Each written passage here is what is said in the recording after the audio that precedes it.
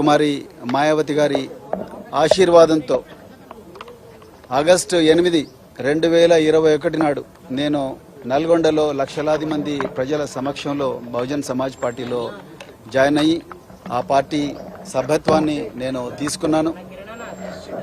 తెలంగాణలో ఏ బహుజన నేత తిరగనంత ఎక్కువగా 4000 గ్రామాలు, 350 రోజులు, లక్షలాది మంది ప్రజలు, వందలాది సభలు పెట్టి బహుజన్ సమాజ్ పార్టీ వాదాన్ని, బహుజన మహనీయుల త్యాగాన్ని తెలంగాణ ప్రజలకు పరిచయం చేసిన అదేవిధంగా మరి 2023 అసెంబ్లీ ఎలక్షన్లలో బహుజన్ సమాజ్ పార్టీ అభ్యర్థిగా నేను పోటీ చేయడమే కాకుండా 107 మంది అభ్యర్థులను బరిలోకి దించి మరి చాలా గొప్ప మరి ఎన్నికల పోరాటం చేయడం జరిగింది.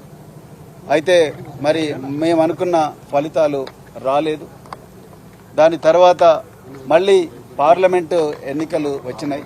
పార్లమెంట్ ఎన్నికల్లో సందర్భంగా మరి పార్టీ ఆదేశాల మేరకు, పార్టీ మరి మార్గదర్శకాల మేరకు ఎన్డీఏ అలయన్స్తో కాకుండా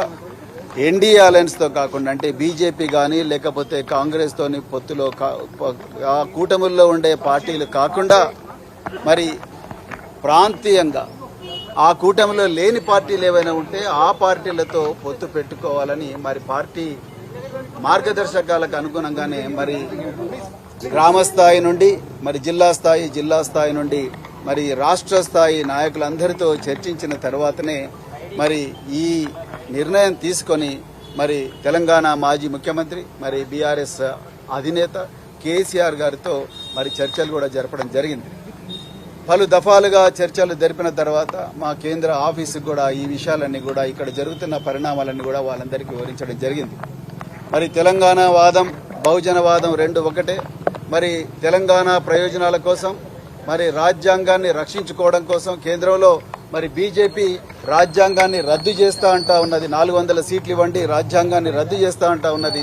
రాజ్యాంగం పోతే ఇక్కడ తెలంగాణలో మాత్రమే కాదు దేశంలో కూడా బహుజనులకు అన్యాయం జరుగుతుందన్న మరి ఆందోళనతోని మరి ఈరోజు భారత రాష్ట్ర సమితితోని మేము మరి పొత్తు పెట్టుకున్నాం. వారు మాకు 2 సీట్లు కేటాయించడం జరిగింది. మరి ఆ 2 సీట్లు కేటాయించిన తర్వాత నిన్న అఫీషియల్గా మా కేంద్ర సమన్వయకర్త అనుమతితోనే నిన్న అఫీషియల్గా మరి ఇరు వర్గాల అప్రూవల్ వచ్చిన తర్వాతనే నిన్న మరి మేము నాగర్ కర్నూలు నియోజకవర్గం నుండి హైదరాబాద్ నియోజకవర్గం నుంచి పోటీ చేస్తామని కూడా ప్రజలకు ప్రకటించడం జరిగింది. దాని తర్వాత విస్తృత కార్యకర్తల సమావేశం కూడా పెట్టడం జరిగింది. విధి విధానాల గురించి నిర్ణయించడం జరిగింది.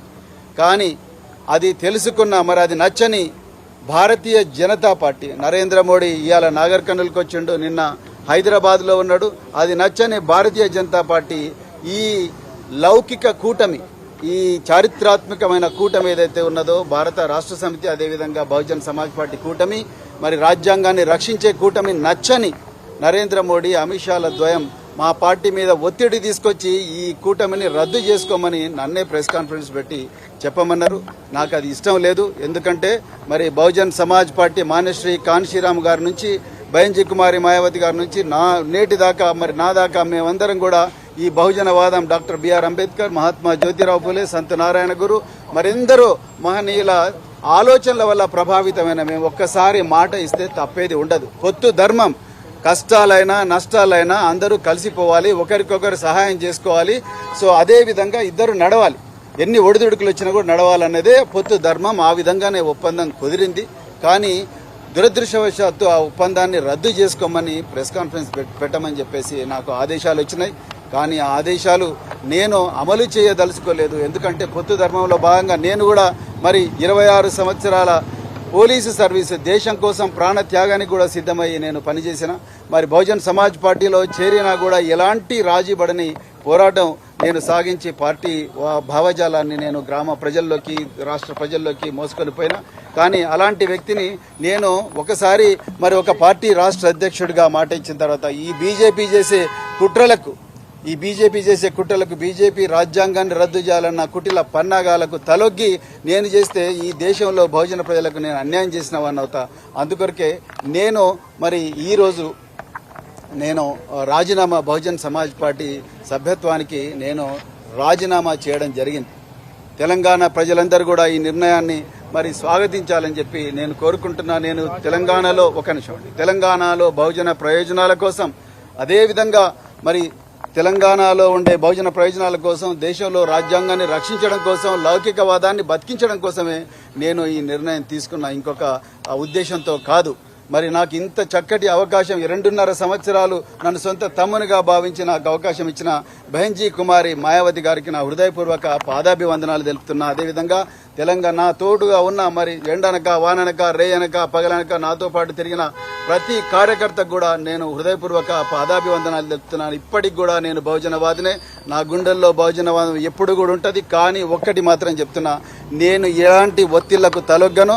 ప్రాణం పోయినా సరే రాజ్యాంగాన్ని రక్షించుకుంటాం, రాజ్యాంగాన్ని కాపాడుకుంటాం. రాజ్యాంగ విలువలు జస్టిస్, లిబర్టీ, ఈక్వాలిటీ, ఫ్రాటర్నిటీ ఏవైతే విలువలను బాబాసాహెబ్ అంబేద్కర్ గారు చెప్పినరో, మానేశ్రీ కాన్షీరామ్ గారు ఏ విలువలైతే బోధించినరో ఆ విలువలను తప్పకుండా మేము కాపాడుకుంటాం, ఆ చరిత్రను కాపాడుకుంటాం. బహుజన ప్రజల కోసమే మరి రాత్రింబవలు పోరాడతామని చెప్పేసి ఈ సందర్భంగా చెప్తున్నా. సో నేను ఈ నిర్ణయం నేను స్వచ్ఛందంగా మరి ఈ రాష్ట్ర ప్రజల ప్రయోజనాల దృష్టిలో పెట్టుకుని తీసుకున్న. ఒక్కసారి ఒక ఒప్పందం జరిగిన తర్వాత ఆ ఒప్పందం అనేది మళ్ళీ ఆ ఒప్పందం నుంచి బయటికి రాకూడదు. అది కనీసమైన ధర్మం. అందుకొరకే నేను ఆ పని చేయడం ఇష్టం లేక మరి నేనే బయటికి రావడం జరిగింది.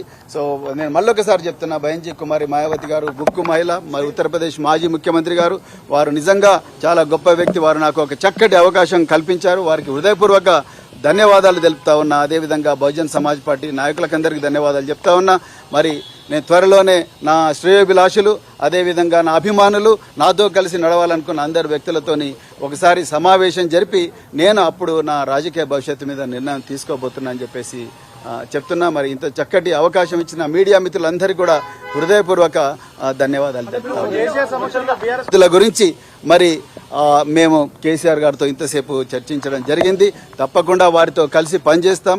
నిజానికి మరి ఆ రోజు ఆ నిర్ణయంతోనే మరి బహుజనవాదం, తెలంగాణవాదం రెండు ఒకటే ఈ పార్లమెంట్ ఇంకంలో కలిసి పోరాడాలని నిర్ణయించుకుని ఆ రోజు కేసీఆర్ గారితో మరి బహుజన్ సమాజ్ పార్టీ పొత్తు పెట్టుకునే విధంగా ఒప్పందం కూర్చుకోవడం జరిగింది. ఇప్పుడు మరి ఎవరు బీజేపీ తీసుకొస్తున్న ఒత్తిళ్ల వల్ల ఆ పొత్తును మళ్ళీ నేనే నా స్వయాన నేను ప్రకటించడం అంటే నేను ఈ దేశంలో మరి ఏవైతే రాజ్యాంగ వ్యతిరేక శక్తులు ఉన్నాయో ఆ రాజ్యాంగ వ్యతిరేక శక్తులకు ఊతమిచ్చినట్టు అవుతుంది. ఆ పని నేను చేయదలుచుకోలేదు.